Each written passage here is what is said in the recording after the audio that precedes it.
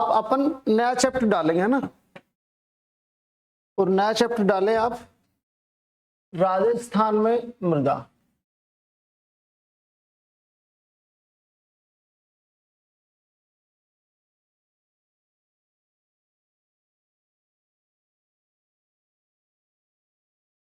राजस्थान में मृदा, इसमें देखो कुछ एक पॉइंट साथ साथ ही लिखते हैं। सबसे पहले आपको ध्यान रखना है, एक तो वर्ल्ड सोइल डे कब मनाया जाता है, विश्व मृदा दिवस।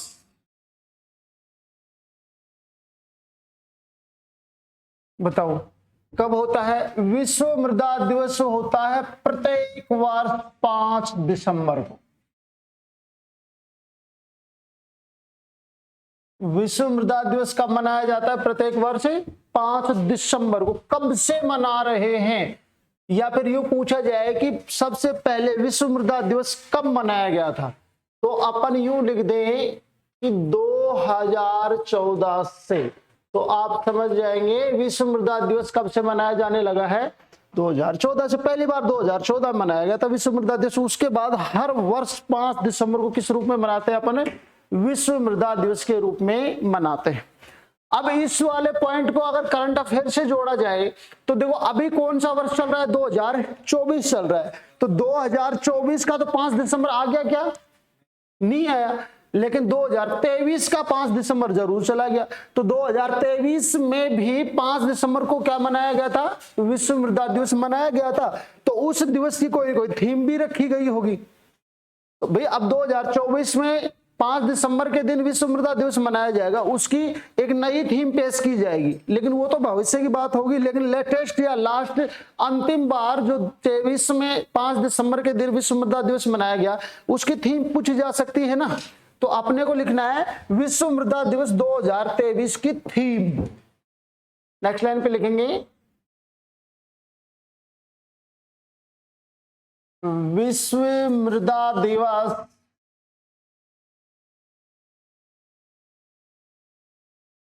2023 की थीम।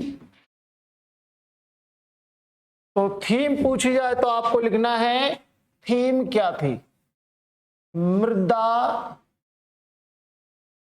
एवं जल।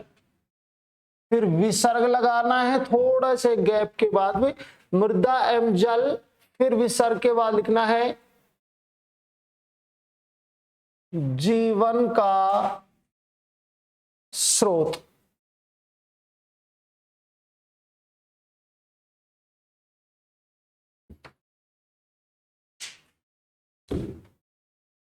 मृदा एवं जल जीवन का स्रोत, ये 2023 में मनाए गए विश्व मृदा दिवस की क्या थी, थीम थी। अच्छा, एक प्रश्न यहां मैं कोने में लिखता हूं जिसको आप पहले समझना, फिर बाद में लिखेंगे तो अलग फॉर्म में। मानो प्रश्न है, ये क्वेश्चन मानो 27 नंबर का आ गया आपके पास पेपर में फॉर एग्जाम्पल, और यहां लिखा है कि यूएनओ द्वारा निम्न में से किस वर्ष को अंतरराष्ट्रीय मृदा वर्ष, देखो वहां दिवस कर रहे थे, यहां वर्ष आ गया, मृदा वर्ष घोषित किया गया था। क्वेश्चन समझ गए ना। यूएनओ द्वारा निम्नलिखित में से किस वर्ष को अंतरराष्ट्रीय मृदा वर्ष घोषित किया गया था। Option 1 2010, option B 2015, option C 2018, option D 2020। ऐसे प्रश्न आएगा। तो ऐसे भी इसका आंसर क्या रहेगा, 2015। यानी कि यूएनओ द्वारा किस वर्ष को अंतरराष्ट्रीय वर्ष के रूप में मनाया गया था, 2015 वाले वर्ष को। तो अभी बताओ 2023 गया था, इस 2023 वाले वर्ष को भी किसी रूप में मनाया गया है क्या, अंतरराष्ट्रीय बाजरा वर्ष के रूप में मनाया गया था। तो ऐसे ही अभी तक एक ही वर्ष ऐसा था जिसको यूएनओ ने अंतरराष्ट्रीय मृदा वर्ष घोषित किया गया था। अब मतलब हुआ क्या होगा, या यूं कहेंगे जैसे अंतर्राष्ट्रीय या विश्व मृदा दिवस है, इस विश्व मृदा दिवस वाले दिन क्या करते हैं, मतलब विभिन्न जगह जो है कार्यक्रमों का आयोजन किया जाता है, मृदा का मानव जीवन में क्या उपयोग है, उसके प्रदूषित होने से या मृदा हनन से या मृदा की जो फर्टिलिटी जो है वो कम होने से, उत्पादन क्षमता कम होने से क्या प्रभाव पड़ेगा, क्या कुप्रभाव पड़ेगा, उसके संरक्षण किया जाए तो किस किस तरीके से किया जाए, संरक्षण करेंगे तो क्या लाभ होगा। तो इस बारे में लोगों को क्या किया जाता है, जागरूक किया जाता है, नई नई विधियां बताई जाती हैं। तो ऐसे ही 2015 वाला जो वर्ष था, पूरे वर्ष अंतर्राष्ट्रीय स्तर पर मृदा संबंधी अपने प्रचार प्रसार, उसके प्रति लोगों को जागरूक करने संबंधी कार्यक्रमों का आयोजन किया गया। और क्या था, तो तीसरा पॉइंट लिखेंगे अपन, यूएनओ, यूनाइटेड नेशंस ऑर्गेनाइजेशन, संयुक्त राष्ट्र संघ है ना, यूएनओ द्वारा वर्ष 2015 को अंतरराष्ट्रीय मृदा वर्ष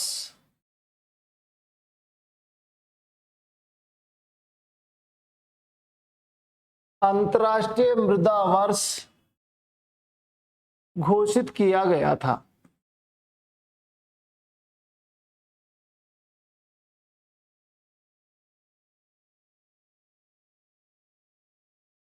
तो यूएनओ ने कौन से वर्ष को अंतरराष्ट्रीय मृदा वर्ष मनाया था या घोषित किया था या इस रूप में मनाया था, 2015 वाले। तीनों पॉइंट ध्यान रखना। विश्व मृदा दिवस प्रत्येक वर्ष कब मनाया जाता है, 5 दिसंबर को। कब से मना रहे हैं, मतलब पहली बार विश्व मृदा दिवस कब मनाया गया। विश्व मृदा दिवस 2023 की थीम क्या रही, मृदा एवं जल जीवन का स्रोत। देखो थोड़ा अटपटा लगता है, यहां यदि आधार शब्द होता तो और भी अच्छा लगता ना, कि मृदा और जल जीवन का आधार, लेकिन अब ये है तो यही लिखना पड़ेगा।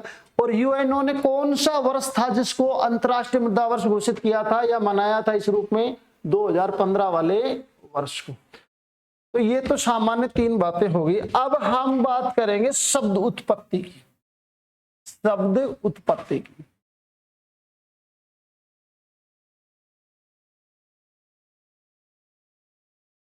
शब्द उत्पत्ति मतलब कौन से शब्द की उत्पत्ति, सोइल शब्द की।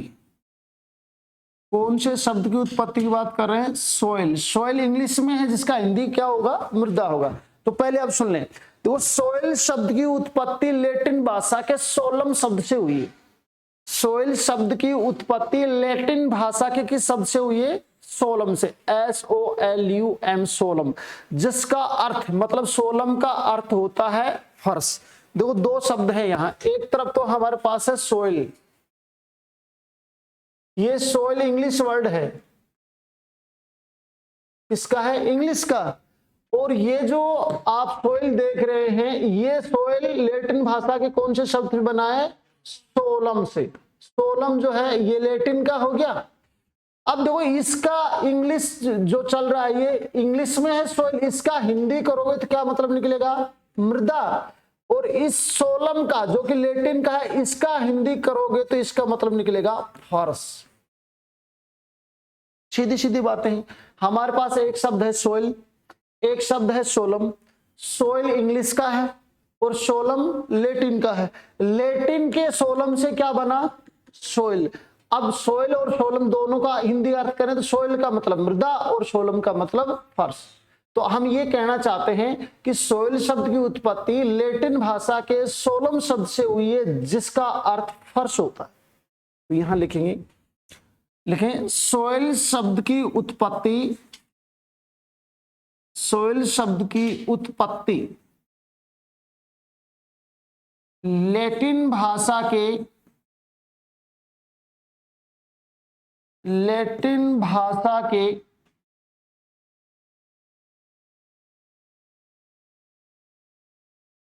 सोलम शब्द से हुई है। सोलम शब्द से हुई है।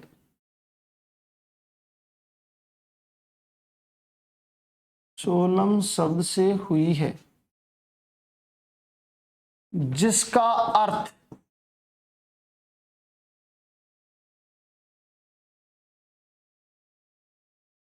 फर्श है।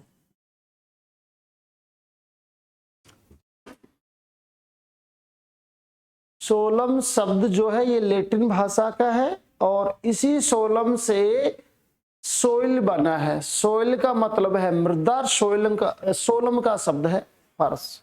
ठीक है, तो विश्व मृदा दिवस 5 दिसंबर को 2014 से मना रहे हैं। 2023 में 5 दिसंबर को जो विश्व मृदा दिवस बनाया गया उसकी थीम थी मृदा और जल जीवन का स्रोत। यूएनओ ने 2015 जो वर्ष गया उसको क्या घोषित किया था, अंतर्राष्ट्रीय मृदा वर्ष घोषित किया था।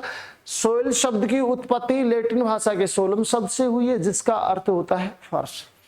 अब यहां तक तो ठीक है, लेकिन अब हम यूं कहें आपसे कि मृदा क्या है, मृदा क्या है, इसका जवाब चाहिए हमें। तो इसमें दो बातें हैं, मतलब एक तो अपने को परिभाषा लिखनी है, मृदा की क्या लिखनी है, परिभाषा। लेकिन सामान्य शब्दों में पूछा जाए कि मृदा क्या है तो भी तो कुछ ना कुछ तो आंसर होगा ही। मृदा क्या, मान लो ऐसा प्रश्न है कि मृदा क्या है, तो अपन इसका आंसर ये लिख सकते हैं कि मृदा जो है कार्बनिक और अकार्बनिक तत्वों का या पदार्थों का मिश्रण है।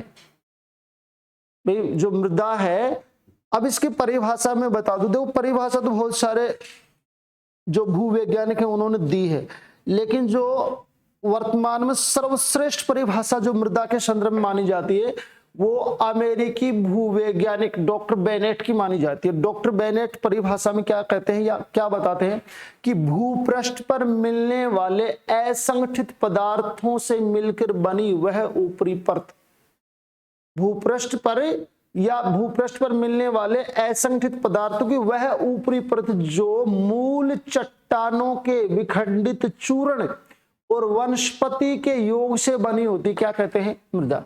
तो अब यहां भी मेन चीज तो दो ही बताई है बेनेट ने कि मूल चट्टानों के चूर्ण। अब चूर्ण तो अकार्बनिक पदार्थ है, उसका अपघटन थोड़ी होता है भाई। जो चीज सड़ गल नहीं सकती, जिसका अपघटन डीकंपोजर नहीं हो सकता, वो क्या है, अकार्बनिक। और जिनका अपघटन हो सकता है, सड़ गल कर दूसरा रूप प्राप्त हो सकता है, वो सभी क्या है, कार्बनिक। तो यहां भारत वालों ने सीधा सीधा ही बता दिया ना कि इतने घुमा फिरा क्यों रहे हो, सीधे कहते हो भाई कार्बनिक और अकार्बनिक पदार्थों के मिलने से क्या बनी है, मिट्टी। अब वो घुमा घुमा के बता रहे हैं, लैंग्वेज सेट करें, यहाँ इंडिया वाले शॉर्टकट करते हैं, आपको पता है। तो मृदा क्या है, तो अपन सामान्यतः यूं कहेंगे, सामान्यतः, साथ साथ लिखते जान, टाइम बच जाएगा अपना। सामान्यतः मृदा कार्बनिक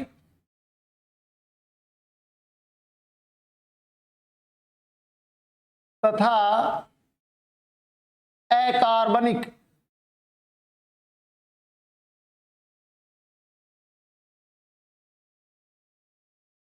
पदार्थों का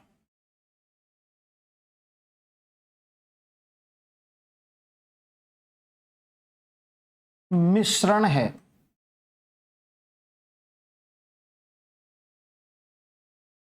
मृदा क्या है, तो सामान्यतः मृदा जो है कार्बनिक और अकार्बनिक पदार्थों का क्या है, एक मिश्रण है। यह सामान्य रूप से अपन कह सकते हैं।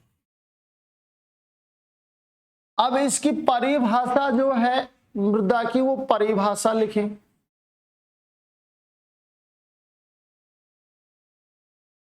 परिभाषा किसके अकॉर्डिंग लिखनी है, अमेरिकी भूवैज्ञानिक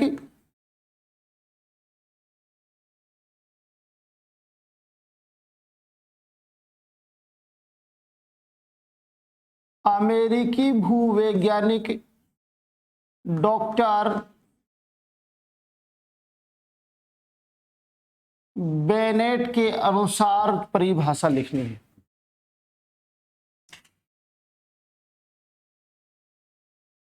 अमेरिकी भूवैज्ञानिक डॉक्टर बेनेट के अनुसार परिभाषा। तो ये परिभाषा क्या है, देखो, भूपृष्ठ जानते हो ना, भू यानी कि पृथ्वी, पृष्ठ यानी ऊपरी सतह। तो भूपृष्ठ पर मिलने वाली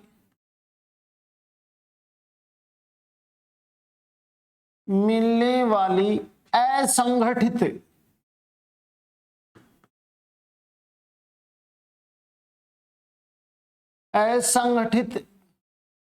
पदार्थों की वह ऊपरी परत जो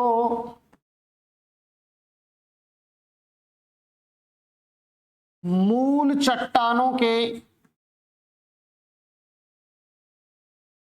विखंडन यानी कि टूटने से, मूल चट्टानों के विखंडन अथवा, मतलब दूसरा और क्या, अथवा वनस्पति के योग से बनी होती है।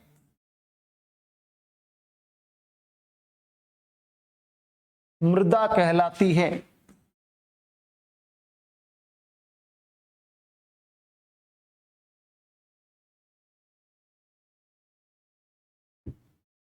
अब देखो परिभाषा इसको इस संतुष्टि प्रदान करती है।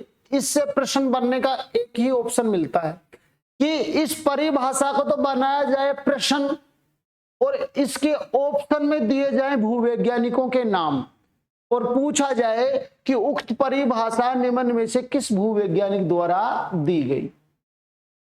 अब भूवैज्ञानिक का नाम प्रश्न में बनाया जाए, जैसे अमेरिकी भूवैज्ञानिक डॉक्टर बेनेट द्वारा मृदा के संदर्भ में दी गई परिभाषा, तो इतनी बड़ी 4 परिभाषा लिखोगे तो 4 ऑप्शन भाषा, आधा पेज तो भर ही जाएगा।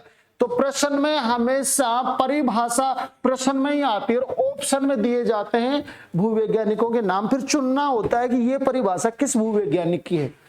तो इसको थोड़े से शब्दों को समझेंगे तो इजी हो जाएगा। भूपृष्ठ का अपने को पता ही है, यानी कि पृथ्वी की ऊपरी सतह पर मिलने वाली असंगठित मतलब जैसे ये दीवार है, ये संगठित है। मृदा असंगठित होती है, आप उसको कुछ दिन छोड़ दोगे तो वो संगठित हो जाते हैं, लेकिन बुआई जुताई करोगे तो वो कण खिल जाते हैं, उसके कण टूट जाते हैं, अलग अलग हो जाते हैं। तो असंगठित पदार्थों की वह ऊपरी परत जिसकी अपन बात करने वाले हैं, वो पर जो किससे बन रखी है, मूल चट्टानों के विखंडन यानी मूल चट्टानों के टूटने से। अब मूल चट्टानें, बड़ी चट्टानें जो टूटेगी तो छोटे छोटे कणों में बदल जाएंगी और उसमें क्या मिल गई, वनस्पति मिल गई। इनके योग से बनी हुई ये जो ऊपरी परत है, यही क्या है, मृदा है। अब इसमें यहां मूल विखंडित चट्टान है। अब चट्टानों के टूटने से चूर्ण बनेगा। अब चट्टानों का चूर्ण जो है वो तो क्या है, अकार्बनिक पदार्थ है।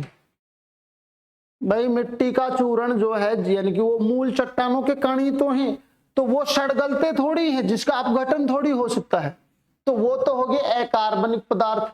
और वनस्पति का अपघटन होता है तो ये हो गए कार्बनिक पदार्थ। तो इस परिभाषा में से शॉर्टकट सीधी बात निकाल ले कि भाई इनसे तो प्राप्त यानी मूल चट्टानों से तो प्राप्त होंगे अकार्बनिक पदार्थ, वनस्पति से प्राप्त होंगे कार्बनिक पदार्थ, दोनों मिलकर क्या बनाएंगे, मृदा बनाएंगे। तो सामान्यतः मृदा है। अब ऑप्शन में दिए जाएगा किस किस का योग, तो कार्बनिक और अकार्बनिक पदार्थों का योग या मिश्रण है। यहां तक कोनो प्रॉब्लम, सही बताओ। तो विश्व मृदा दिवस कब होता है, कब से मना रहे हैं? विश्व मृदा दिवस 2023 की थीम बताओ। मृदा एवं जल जीवन का स्रोत। कौन से वर्ष को यूएनओ ने अंतरराष्ट्रीय मृदा वर्ष घोषित किया था? 2015 वाले वर्ष को घोषित किया था। सामान्यतः मृदा क्या है, तो कार्बनिक और अकार्बनिक पदार्थों का मिश्रण है। और डॉक्टर बेनेट के अनुसार मृदा की परिभाषा जो अपन साथ साथ पढ़ेंगे, भूपृष्ठ पर मिलने वाली, पढ़िएगा, भूपृष्ठ पर मिलने वाली असंगठित पदार्थों की वह ऊपरी परत जो मूल चट्टानों के विखंडन अथवा वनस्पति के योग से बनी होती है, वो ही ऊपरी परत क्या कहलाती है? मृदा कहलाती है। इसके बाद हम मृदा निर्माण के बारे में जानेंगे कि मृदा का निर्माण जो है क्या कहलाता है। तो यहां पॉइंट बनाए, मृदा निर्माण।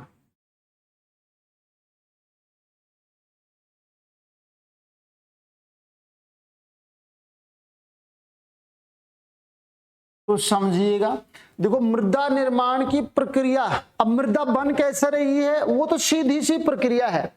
देखो जो मूल चट्टानें होती हैं, इन मूल चट्टानों पर जलवायुवीय तत्वों का प्रभाव पड़ता है। जैसे मान लो यहां आज ये है, ये चट्टान मान ली हमने, ये चट्टान यहां गिरी हुई है, इस पे जलवायुवीय तत्वों का प्रभाव पड़ेगा। जैसे मान लो जब शीतकाल आता है, तो शीतकाल में शीत का प्रभाव होता है, तब चीजें सिकुड़ती हैं, शीतकाल में चीजें सिकुड़ती हैं।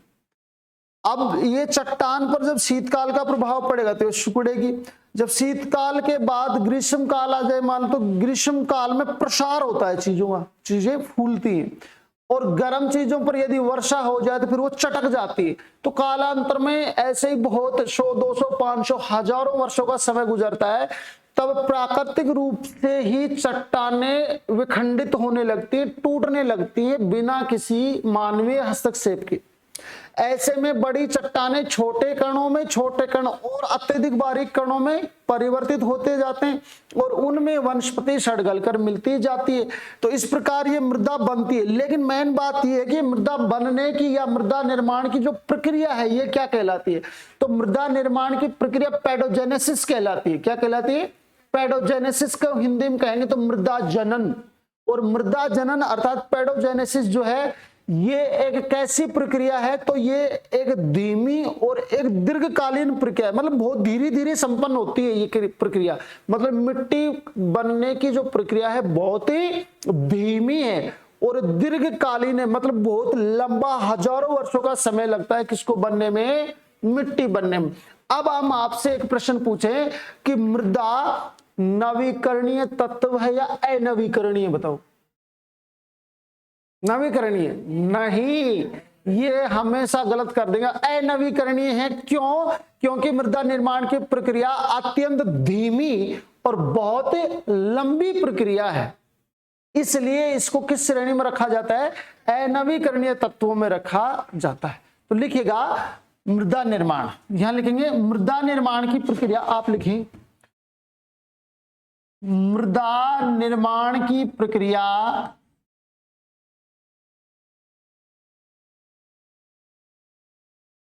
मृदा निर्माण की प्रक्रिया पेडोजेनेसिस। पेडोजेनेसिस का हिंदी लिखेंगे मृदा जनन।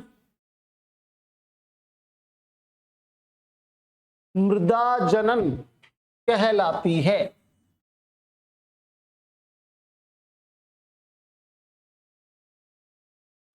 मृदा निर्माण की प्रक्रिया क्या कहलाती है साहब? पेडोजेनेसिस। हिंदी में बताए तो मृदा जनन कहलाती है। और ये पेडोजेनेसिस अर्थात मृदा जनन जो है, जो एक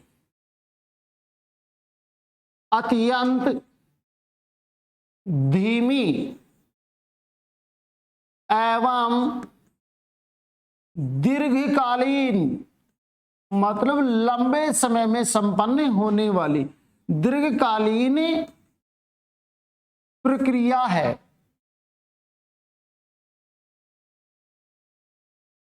मृदा निर्माण की प्रक्रिया पेडोजेनेसिस अर्थात मृदा जनन कहलाती है। जो ये जो शब्द किसके लिए आया है बताओ एक बार देखिए। मृदा के लिए है ना, हालांकि पेडोजेनेसिस के लिए आया है। हाँ हाँ, जो एक अत्यंत धीमी एवं दीर्घकालीन प्रक्रिया है। कौन सी? पेडोजेनेसिस प्रक्रिया। अतः मृदा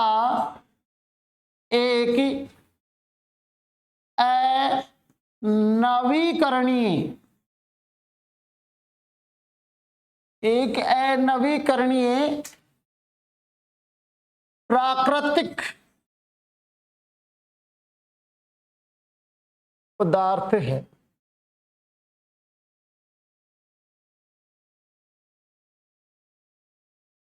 देखो, अनवीकरणीय भी है और प्राकृतिक भी है। मानव मृदा का निर्माण थोड़ी कर सकता है। मान लो आप पत्थर को कूट के चूर्ण बना के उसमें वनस्पति सड़ा गला के भी बना देंगे, लेकिन वो तत्व आपने थोड़ी, वो तो प्राकृतिक ही है। जो मूल घटक है, निर्माता है, उसके जो क्या कहें, उसके माता पिता हैं, ऐसा मान लो। वो वे आपने वनस्पति ली, एक तरफ से चट्टाने ली, चट्टानों का चूर्ण बनाया, तो चट्टान तो प्राकृतिक ही है, वनस्पति भी तो प्राकृतिक ही है, तो मानव निर्मित थोड़ी हुई है।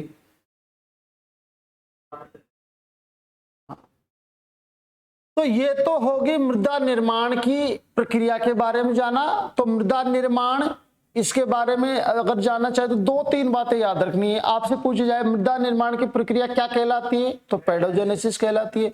मृदा निर्माण की प्रक्रिया कैसी प्रक्रिया है, तो धीमी है और लंबे समय में यानी दीर्घकाल में संपन्न होने वाली है।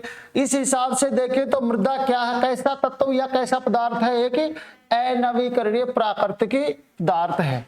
अब आपसे पूछा जाए कि मृदा का अध्ययन विज्ञान की किस शाखा में किया जाता है, तो उसको याद करें। ऐसा देखो, एक बार पता है क्या हुआ भाई साहब, एक भाई साहब की नई नई शादी हुई भाई, एक भाई साहब की, हाँ, तो नई नई शादी हुई। तो भाई शादी के बाद अब गांव में क्या होता है कि अक्सर दुल्हन को यूं देखते हैं कि यार काम धाम का टाइम है, हम तब सी खिलाएंगे। हाँ, अब मान लो ग्वार की भी कटाई करनी पड़ जाए, तो वो दुल्हन को लाए लावणी के टाइम में, जब लेके आए तो भाई साहब दुल्हन को ले गए साथ लावणी में ले गए, तो भाई साहब उस दिन उसको ढंग से काम में सिखाया, तो शाम तक उसको लगा कि अच्छे फंस के मरना है, काम हो ना। तो उसने दूसरे रोज भाई साहब बहाना बना लिया, सुबह सुबह उसके सासन कहा कि बहू खड़ी हो जा बेटा, जल्दी नहा धो के तैयार, खेत चलना है, लावणी खड़ी है, लावणी काटनी। उसको लगा कि मरवा दिए भाई साहब। 1-2 दिन तो दुखी होती रही, लास्ट में उसने सोचा कि पीछा छूटे नहीं। उसने उपाय सोचा, जैसे ही उसको सासू माँ ने कहा कि बेटा खड़ी हो जा, उसने भाई साहब बाल बिखेर दिए और यू भूतनी वाले यू करने लग गई, मैंने तो पेड़ा खाऊंगी। अरे अब देखो, जब भी भूत आता है, हद की बात है, पेड़े ही मांगता है ना। हाँ, तो उसने भाई साहब नाटक कर दिया कि मैं नहीं जाऊंगी, पेड़े चाहिए मेरे को। तो भाई साहब अब भाई साहब जैसे तैसे उसको मनाया, चल ठीक है बेटा, तबीयत खराब है, आज तू घर पे रहे। उसको लगा ठीक है, 5-7 दिन का रेस्ट मिला। अब उनको लगा कि यार हो गया तकलीफ, ऐसे सब ठीक थे। तो एक रोज शाम के टाइम भाई साहब और मैडम जी दोनों आराम से शाम के टाइम में रूम में, तो उसने कहा कि यार अब तू देख ठीक हो गई, घर वाले सब परेशान हो रहे हैं, और कल कहाँ चलना है, लावणी में चलना। भाई साहब इतना लावणी को नाम लिया, रूम तो भरगी भूतनी तुरंत ही। हाँ, और भाई साहब भूतनी आते ही आप मान लो, वो भाई साहब सब घर वाले बाहर और वो दोनों पति पत्नी रूम में, उसने लावणी का नाम ले दिया, उसमें भूतनी आ गई। अब वो डर गया बेचारा, मेरी तरह कमजोर कालजे का था, जैसे हम बैठे घूम के आ जाए तो डर जाए कोई तो डर गया। तो उसने कहा कि यार, उसने मांग लिए पेड़े, तो उसने कहा कि मेरी माँ आ जा तो डर जा, काल पेड़ा ही दे देंगे। तो उसको लगा यार भूतनी कभी भी आ सकती है इसमें। हाँ, तो उसने अलमारी में 2 किलो पेड़े लाके रख दिए। अब भाई साहब जब भी वो कहे पेड़े लाऊंगी मैं, तो वो देखो पेड़े दे, तो डर के सामने भाई साहब इज्जत बहुत होती है। तो वो हाँ, वो उसने पेड़े मांगे और उसने कहा कि पेडोलॉजी मतलब खाओ जी, पेडोलॉजी। मृदा का अध्ययन किसमें किया जाता है, पेडोलॉजी में किया जाता है। उसके पास वाले पेजी में लड़की को भूतनी लगी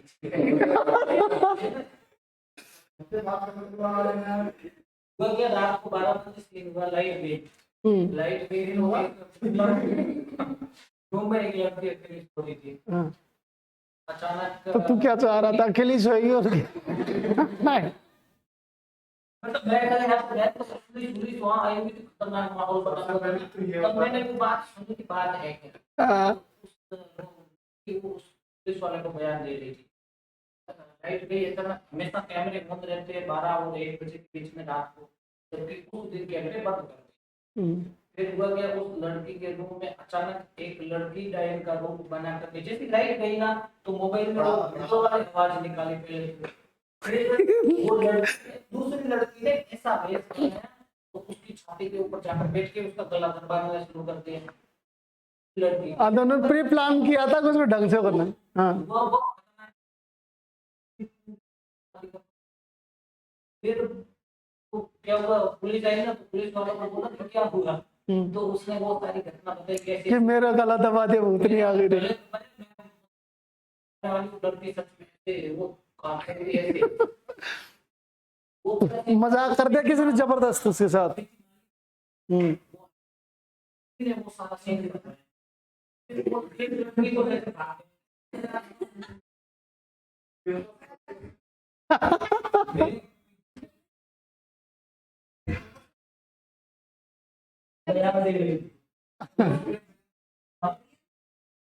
निहारी कपी थी ना,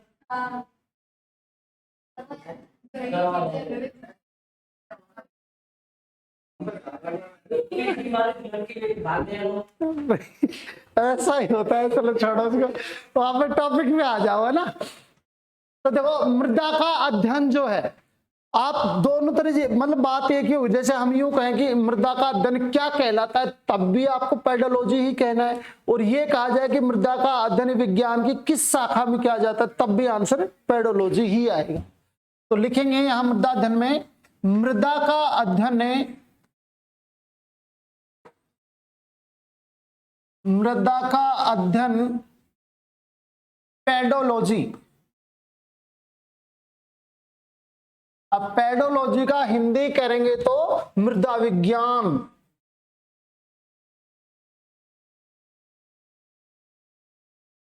मृदा विज्ञान के अंतर्गत, मतलब मृदा विज्ञान में अर्थात पेडोलॉजी में।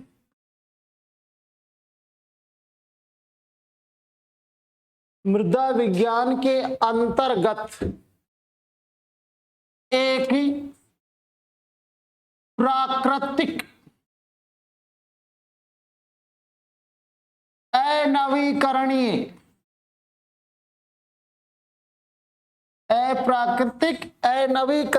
प्राकृतिक अनवीकरणीय संसाधन के रूप में किया जाता है, रूप में किया जाता है। देखो यहां भी दो प्रश्न निकल रहे हैं आपसे। हमने कहा कि मृदा का अध्ययन विज्ञान की किस शाखा में किया जाता है, तो आंसर क्या हुआ, पेडोलॉजी अर्थात मृदा विज्ञान के अंतर्गत।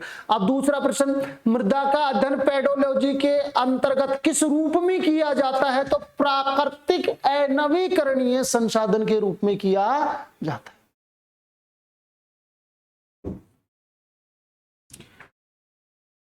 एक यहां नोट डाल देते हैं, और नोट में क्या डालना है, देखो यहां हमने आपसे पहले भी ऐसे प्रश्न पूछा था कि मृदा एक कैसा संसाधन है, तो ये कि अनवीकरणीय संसाधन है, क्योंकि अभी आपने देखा था कि मृदा के बनने की प्रक्रिया कैसी है, धीमी है, और वो धीमी प्रक्रिया कितने, मतलब बहुत लंबे समय में संपन्न होती है।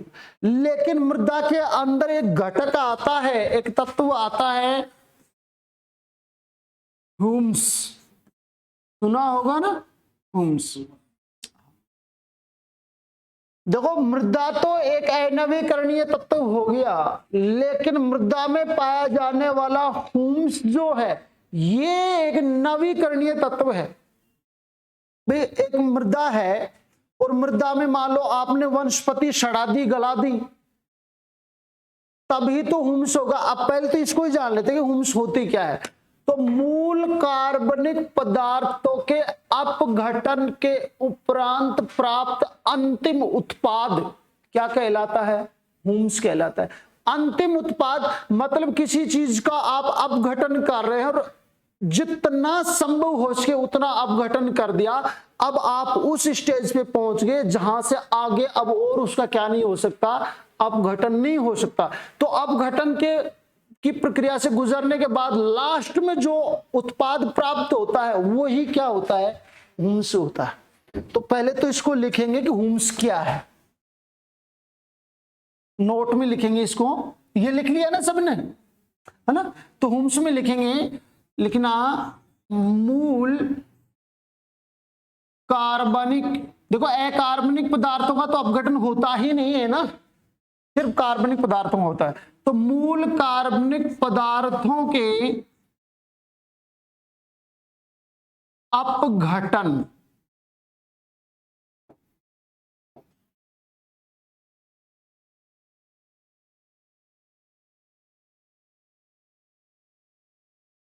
मूल कार्बनिक पदार्थों के अपघटन के उपरांत प्राप्त अंतिम उत्पाद, मूल कार्बनिक पदार्थों के अपघटन के उपरांत प्राप्त अंतिम उत्पाद ही हुम्स कहलाता है। ये आधा है, नीचे हलंत लगाया ना, हुम्स कहलाता है।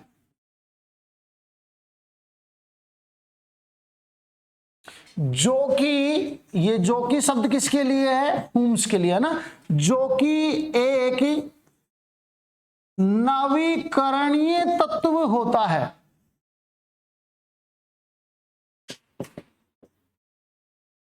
ठीक है, डन डनाडन डन।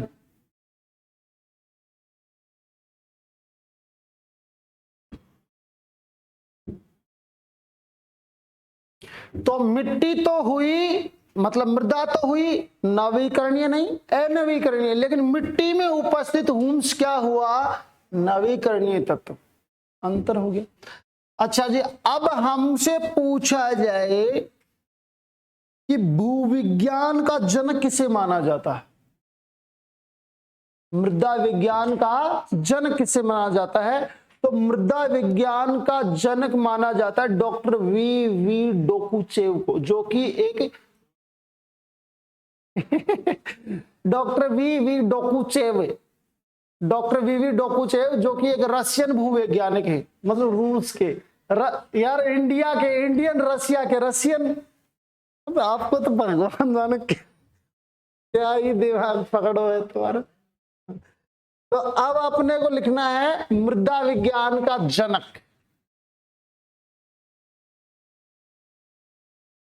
मैं प्रश्न पूछूंगा कल ढंग से, मृदा विज्ञान है, जलवायु से भी जितनी मृदा पढ़ा दी उसमें से भी। अरे यार इनके पास टाइपिंग के लिए टाइम नहीं बचता, वरना मैं बहुत बार मूड बनाया वैसे। मृदा विज्ञान का जनक पूछा जाए तो क्या लिखना है, आंसर देखेंगे, मैं सीधा नाम लिख देता हूं, डॉक्टर वी डोकुचेव, डॉक्टर वी डोकुचेव जो कि ऐसे लिख देता हूं, रूस के भूवैज्ञानिक हैं ये।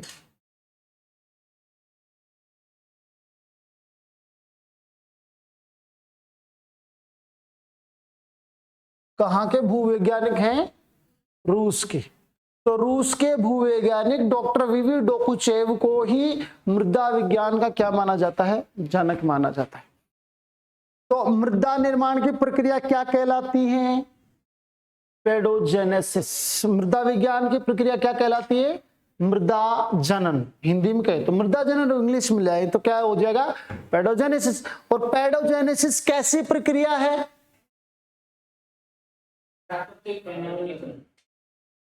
प्रश्न नहीं समझते आप, तुरंत मतलब आपको यूं कहा जाए कि शिकार करो, आप शिकार भाई साहब निशाना लगाते नहीं हो, तीर को खींच के छोड़ देते हो। अब शिकार इधर पकड़ा है, आप तीर इधर मार रहे हो, मतलब प्रश्न को समझो। हम यूं कह रहे हैं कि दो प्रश्न किए हमने बैक टू बैक। पहला प्रश्न था कि मृदा निर्माण की प्रक्रिया क्या कहलाती है, तो आंसर था पेडोजेनेसिस कहलाती है। हमने पूछा पेडोजेनेसिस अर्थात मृदा जनन कैसी प्रक्रिया है, तो ये धीमी एवं दीर्घकालीन प्रक्रिया है। ये तो धीमी और मतलब बहुत धीमे धीमे धीरे धीरे संपन्न होती है, मतलब मृदा धीरे धीरे ही बनती है। और मृदा का अध्ययन विज्ञान की जिस शाखा में किया जाता है उस शाखा का नाम क्या है, पेडालॉजी, है ना। जब भूत आए तो हाथ में लिया पेडा और सामने देखे पेडालॉजी, खाओजी। तो पेडालॉजी मतलब मृदा विज्ञान, और मृदा विज्ञान अर्थात पेडालॉजी में मृदा का अध्ययन किस रूप में किया जाता है, एक प्राकृतिक नवीकरणीय संसाधन के रूप में किया जाता है। अच्छा, क्या पढ़ते होंगे, आपके दिमाग में आया होगा कि मिट्टी का जब अध्ययन करते क्या करते होंगे? उर्वरक होते हैं, उसकी क्षमता, हाँ, और वो कितना जल संभाल, वो कितनी उपजाऊ है। हाँ सही। मतलब देखो शुरुआत से, जैसे वो शुरुआत करेंगे मान लो पढ़ने की, तो वो सबसे पहले तो ये जानेंगे, जैसे नॉर्मली अपन बात करें कि ये जो मृदा बनी हुई है ये मूल चट्टानों से बनी है, लेकिन मूल चट्टानें किस प्रकार की है, क्योंकि चट्टान भी अलग अलग प्रकार की है ना, कायांतरित चट्टान है, आग्नेय चट्टान है, अवसादी चट्टान है। तो इनके मतलब पेरेंट सेल जो है किस प्रकार की चट्टानों से बनी है, फिर बनी तो इसके कणों का आकार कैसा है, मोटा है, छोटा है, गोल है, त्रिकोण है, चतुष्कोणीय है, फिर मिट्टी का रंग कैसा है, तो क्यों है भाई, मिट्टी काली भी मिलेगी, लाल, पीली, नीली, पता कितनी मिलेगी, उन सब रंगों के लिए उत्तरदायी तत्वों के बारे में जानेंगे। फिर मृदा में कैपेसिटी कितनी है, फर्टिलिटी कितनी है, इन सब के बारे में, मतलब मृदा के निर्माण, रंग, उत्पादन क्षमता, उसके वितरण, मतलब उसके अलग अलग क्षेत्रों में मृदा अलग अलग प्रकार की है तो क्यों है, इन सब के बारे में पढ़ते होंगे और क्या करेंगे ना। और मृदा विज्ञान का जनक किसे माना जाता है, डॉक्टर वीवी डोकुचेव को माना जाता है। एक बार रिवाइज करेंगे फिर आगे पेज पलट लेंगे। क्या चांद देखो यहां से चले, है ना। तो मृदा चल रही, मृदा दिवस कब मनाते हैं बताओ, कब से मना रहे हैं, विश्व मृदा दिवस 2023 की थीम देखो क्या है, मृदा एवं जल जीवन का स्रोत, यूएनओ द्वारा वर्ष 2015 के शुरू में मनाया गया। हाँ, मृदा शब्द की उत्पत्ति किस शब्द से हुई है, सोलम शब्द किस भाषा का है, जिसका अर्थ क्या है। हाँ, और मृदा सामान्यतः क्या है, कार्बनिक और अकार्बनिक तत्वों का या पदार्थों का मिश्रण है। लेकिन अमेरिका वाला भाई साहब क्या कह रहा है, भूपृष्ठ पर मिलने वाली, अरे बोलो, भूपृष्ठ पर मिलने वाली असंगठित पदार्थों की वह ऊपरी परत जो मूल चट्टानों के विखंडन अथवा वनस्पति के योग से बनी होती है क्या कहलाती है, मृदा कहलाती है। और मृदा निर्माण के लिए देखें तो मृदा निर्माण की प्रक्रिया क्या कहलाती है, पेडोजेनेसिस अर्थात मृदा जनन कहलाती है, जो कैसी प्रक्रिया है, अत्यंत धीमी एवं दीर्घकालीन। अतः मृदा क्या है, एक ही अनवीकरणीय प्राकृतिक पदार्थ है। और मृदा का अध्ययन किस में किया जाता है, पेडोलॉजी अर्थात मृदा विज्ञान के अंतर्गत किया जाता है। किस रूप में, एक प्राकृतिक अनवीकरणीय संसाधन के रूप में। और ह्यूम्स शब्द के बारे में अपन ने लिखा, तो ह्यूम्स क्या है पहले तो ये जानेंगे। तो मूल कार्बनिक पदार्थों के अपघटन के उपरांत प्राप्त अंतिम उत्पाद ही क्या कहलाता है, ह्यूम्स कहलाता है। जो कि अर्थात ह्यूम्स क्या है, एक नवीकरणीय तत्व है। और मृदा विज्ञान का जनक किसे माना जाता है, जो कहाँ के भूवैज्ञानिक हुए हैं, सीधी सी तो बात है। अब पेज चेंज करते हैं,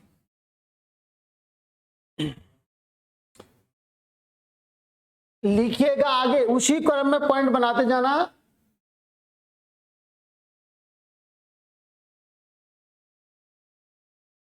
मृदा संगठन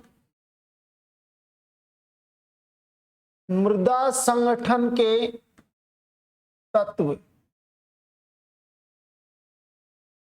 तत्व की जगह घटक भी शब्द आ सकता है ना। तो इसमें देखो मृदा का संगठन जो बना होता है उसमें क्या क्या मिलेगा आपको। एक तो जल मिलेगा, जल। मृदा निर्माण में के बाद जब मृदा का संगठन बनता है तो मृदा बन जाएगी तो उसका संगठन होगा। संगठन में क्या क्या मिलेगा, एक तो जल, बायोमेटेरियल और जैव पदार्थ, यानी कि वाटर, जैव पदार्थ, जैव पदार्थ। इसके अलावा इसके संगठन में मिलेगी आपको वायु और आपको मिलेंगे खनिज, मेटल्स, एयर और बायोमेटेरियल और वाटर। अब प्रतिशत कितना कितना है, तो मृदा संगठन में जल की उपस्थिति लालाओ 25% होती है। मृदा संगठन में 25% क्या होता है, जल होता है।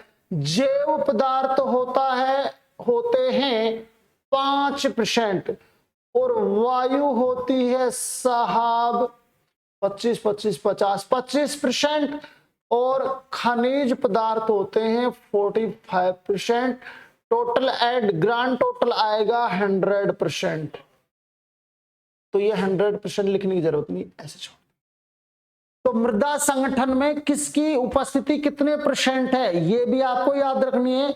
और कौन कौन मिलकर मृदा का संगठन बनाते हैं, तो जल, जैव पदार्थ, वायु और खनिज, जिसमें सबसे ज्यादा भागीदारी किसकी, खनिज की 45%, वायु की 25%, जैव पदार्थ की 5% और जल की उपस्थिति कितना होती है 25%। इसके बाद हम मृदा के कणों का आकार और देखते हैं। एक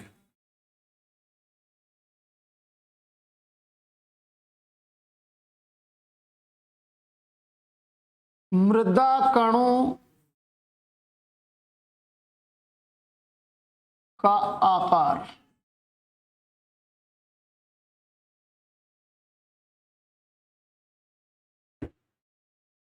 मृदा कणों का आकार या कणों के आधार पर मृदा, ऐसा कह सकते एक ही बात। अब देखो इसमें मैं लिखता हूं, आप फिर देखना भी एक बार, फिर आराम से लिखना। आप कणों के आकार के आधार पर जाएंगे तो आपको सबसे मोटे आकार वाली जो मृदा मिलेगी उसको आप क्या कहेंगे, बजरी। सबसे मोटे कण वाली मृदा कौन सी होती है, बजरी। बजरी से जस्ट छोटे कण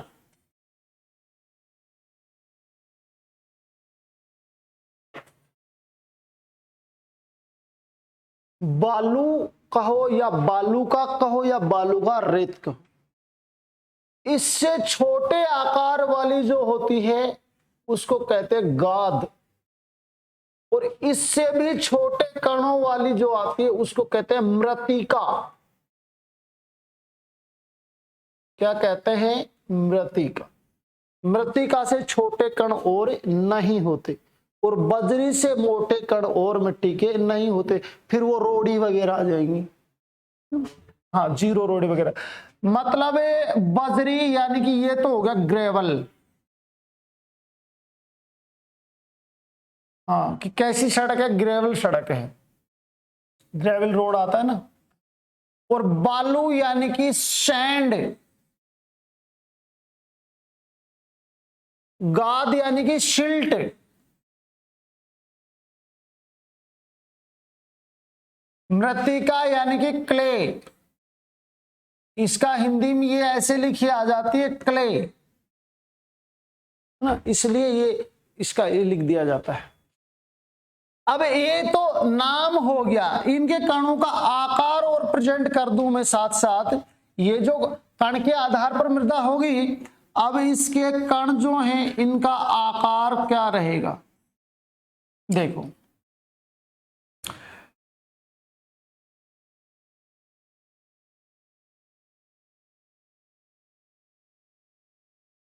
बजरी के कणों का आकार 2 mm से ग्रेटर देन का साइन है, ये बड़ा होता है।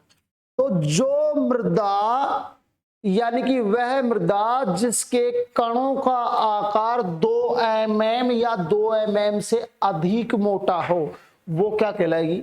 बजरी अर्थात ग्रेवल।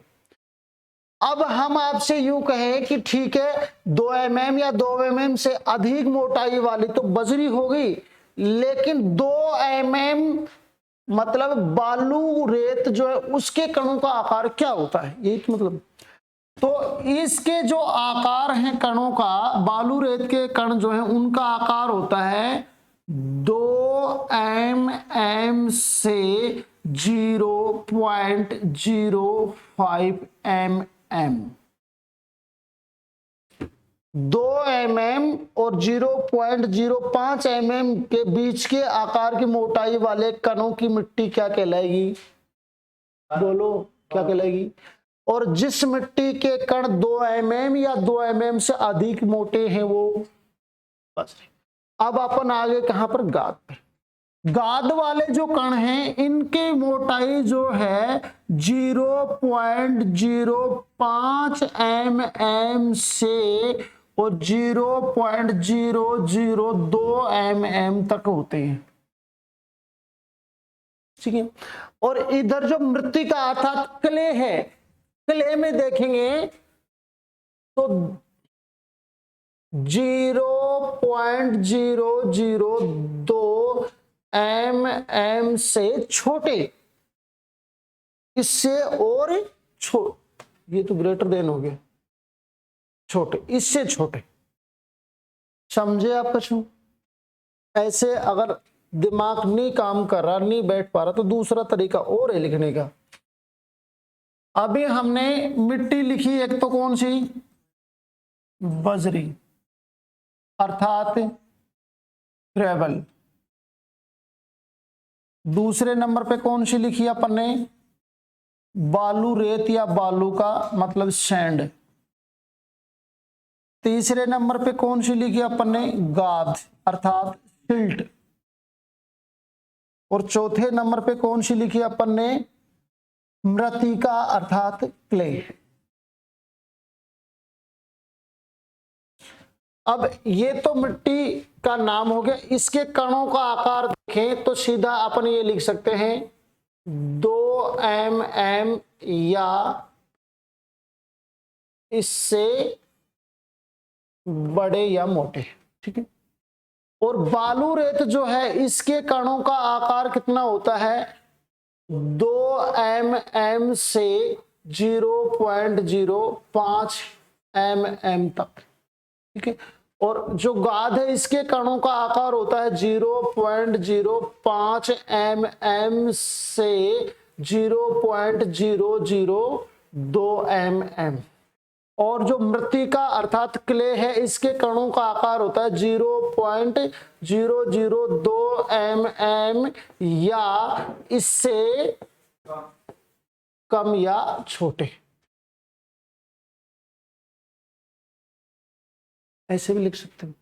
तो ये कणों के आधार पर मिट्टी का जो है अपन ने अध्ययन करने की कोशिश की है। लिख दें अपने हिसाब से। अब ये पैटर्न अच्छा लग रहा है तो ये वाला लिख देना, और ये वाला अच्छा लग रहा है तो ये वाला लिख देना, जो भी आपको अच्छा लगे।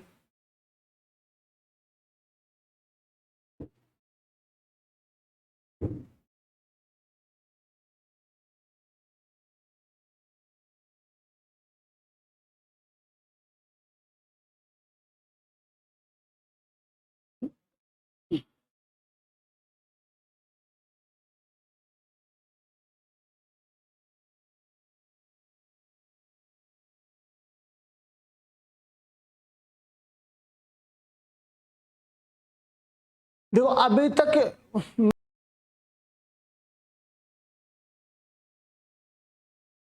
मिलता, वरना तो सीधी बात कहां से चलती है? सीधी बात सज्जनों वहां से चलती है जहां से सीधा ही मिट्टी का वर्गीकरण कर दिया जाता है कि भारतीय कृषि विज्ञान परिषद नई दिल्ली द्वारा राजस्थान के मृदा को 8 भागों में विभाजित किया जाता है जो निम्न है, और यहां से फिर शुरुआत होना चाहिए लेकिन बेसिक चीज जो है वहीं से आता है मैटर। तो अब यहाँ एक नोट डाल लेते हैं, उसके बाद अपन कल लेंगे मैटर को। और उस नोट में डालने से पहले प्रश्न ही देते हैं हम। आपसे यूं कहा जाए कि राजस्थान में प्रथम मृदा परीक्षण प्रयोगशाला कब और कहां कहां स्थापित की गई थी? तो राजस्थान की पहली मृदा परीक्षण प्रयोगशाला 1958 में जयपुर और जोधपुर में स्थापित की गई थी, दोनों जगह एक साथ। तो यहां लिख देंगे, इंपॉर्टेंट बात है ये, राजस्थान में प्रथम मृदा परीक्षण प्रयोगशाला, राजस्थान में प्रथम मृदा परीक्षण प्रयोगशाला 1958 में जोधपुर व जयपुर। अब देखो यहां भी लिखने का एक तरीका है, ऑप्शन में यदि जोड़े जोड़े में है तब तो जयपुर जोधपुर का ये जोड़ा बन जाएगा, लेकिन मान लो इनमें से ये अलग अलग ऑप्शन में हो तब भी तो आंसर तो देना पड़ेगा, तब पहले क्या दे देंगे? जोधपुर। उस स्थिति में जयपुर कैंसिल हो जाएगा। अच्छा देखो, राजस्थान में जो राजस्थान हाई कोर्ट है उसका कहां स्थापित की गई? राजस्थान हाई कोर्ट कहां है? जोधपुर में। लेकिन खंडपीठ पूछा जाए तो जयपुर। जयपुर में हाई कोर्ट थोड़ी है, यहां तो हाई कोर्ट की खंडपीठ है। तो वही बात है कि मेन जो मुख्य ये जो मृदा परीक्षण प्रयोगशाला ये तो कहां है? जोधपुर। साथ ही इसकी खंडपीठ कहां स्थापित कर दी गई थी? मतलब जयपुर में। तो राजस्थान में प्रथम मृदा परीक्षण प्रयोगशाला 1958 में जोधपुर व जयपुर में स्थापित की गई, स्थापित की गई थी।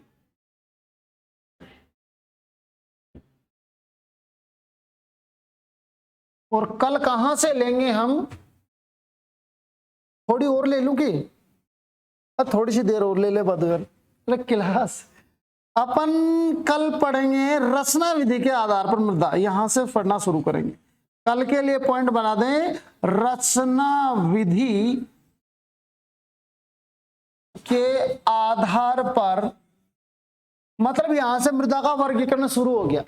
रचना विधि के आधार पर मृदा को पढ़ेंगे, फिर उत्पादन क्षमता के आधार पर पढ़ेंगे, फिर पीएच मान के आधार पर भी पढ़ेंगे, और फिर लेटेस्ट जो वैज्ञानिक वर्गीकरण है अमेरिका द्वारा दिया है ना, एंटी सोल्स, एलडी सोल, एल्फी सोल्स, वर्टी सोल्स, समझ रहे हैं ना वो। तो तीन चार प्रकार से चलेगा। शुरुआत करेंगे अपने रचना विधि के आधार पर मृदा कितने प्रकार की होगी यहां से। तो रचना विधि के आधार पर मृदा 5 प्रकार की, 2 प्रकार की, सॉरी, एक तो स्थानीय मृदा, एक विस्थापित मृदा ना, लोकल, और एक मतलब ऐसी जो जिसका अपर्दन नहीं होता है, ऐसी परमानेंट एक जगह रहती है। तो इनको अपन कल